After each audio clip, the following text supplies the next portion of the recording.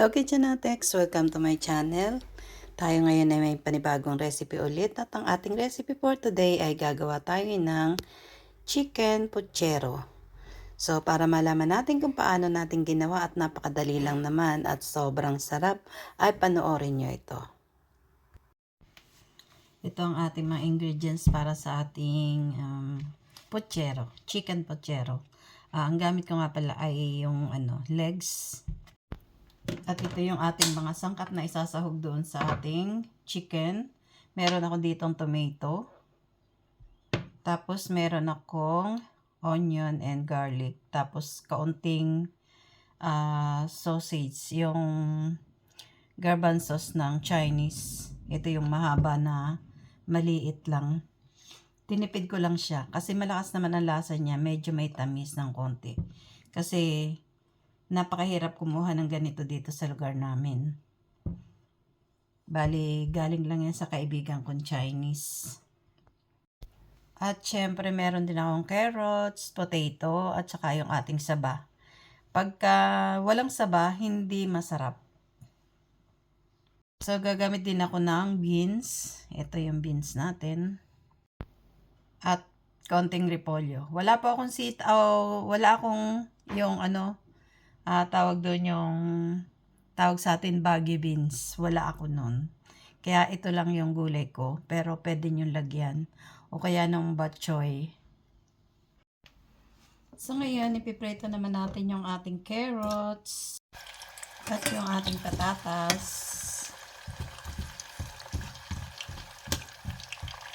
Ilagay na rin natin yung ating saging.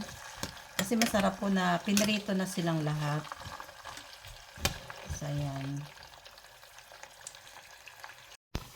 Habang nagpiprito tayo ng ating mga sangkap, naglagay naman ako ng kaunting mantika dito sa ating kawali. Kailangan painitin natin ng mainit na mainit.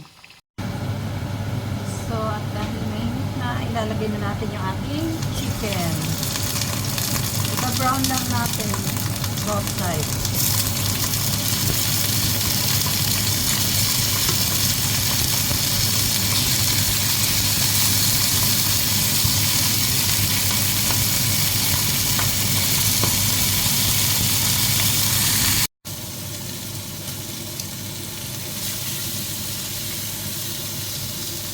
Lang natin. Yan. Ganyan. Masarap po yung ganyan.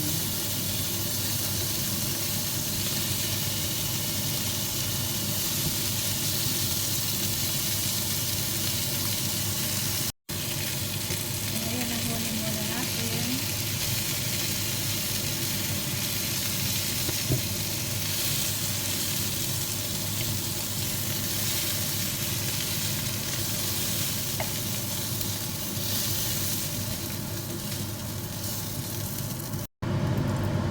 Igisa na natin yung ating garlic. Naglagay tayo dito ng konting mantika. Tapos, lagay na rin natin yung ating onion.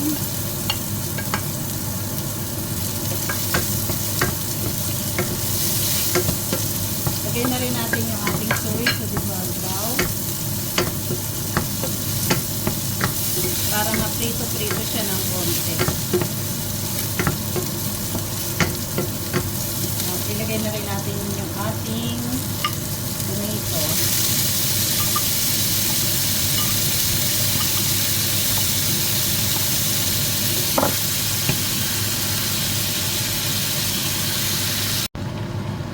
Maglalagay nga pala ako ng tomato paste na konti dahil wala akong tomato sauce. So, tomato paste lang yung ilalagay ko. Konti lang kasi baka umasin siya. Pampakulay din kasi ito. So, ayan. Kailangan maprito-prito natin yung ating tomato paste.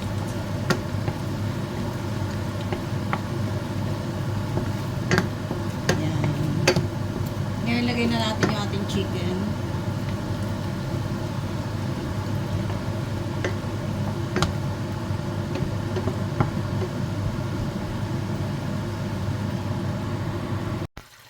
So, lagyan natin ng konting water para mapalambot natin yung ating manok.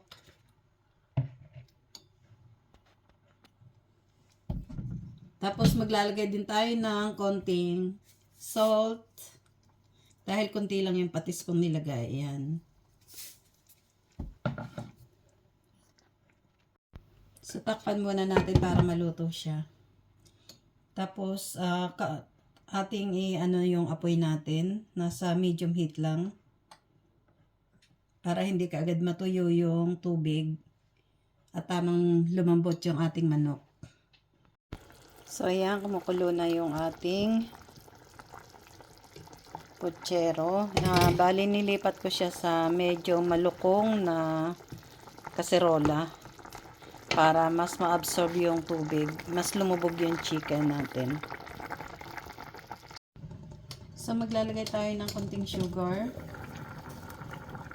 Kasi yung tamis nun saba, hindi naman siya kayang magpatamis dito sa ating kaunting sa ating putsero. So, naglagay ako ng konting sugar.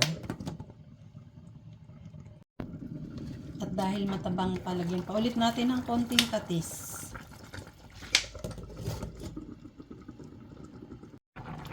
So, ngayon lalagay na natin yung ating beans. Ayan. Ang dami po ng beans ko. Ilalagay na natin. At saka yung ating gulay ay ilalagay na rin natin. Ayan. Oh, ang sarap na nito. Super sarap na.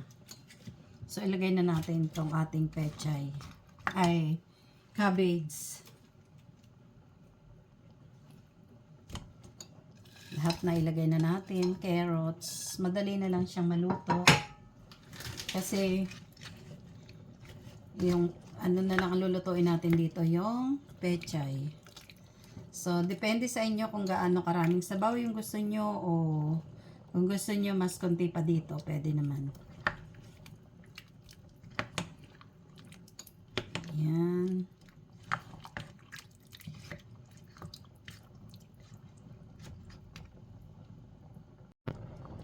So, ito, titikman na natin yung ating sabaw.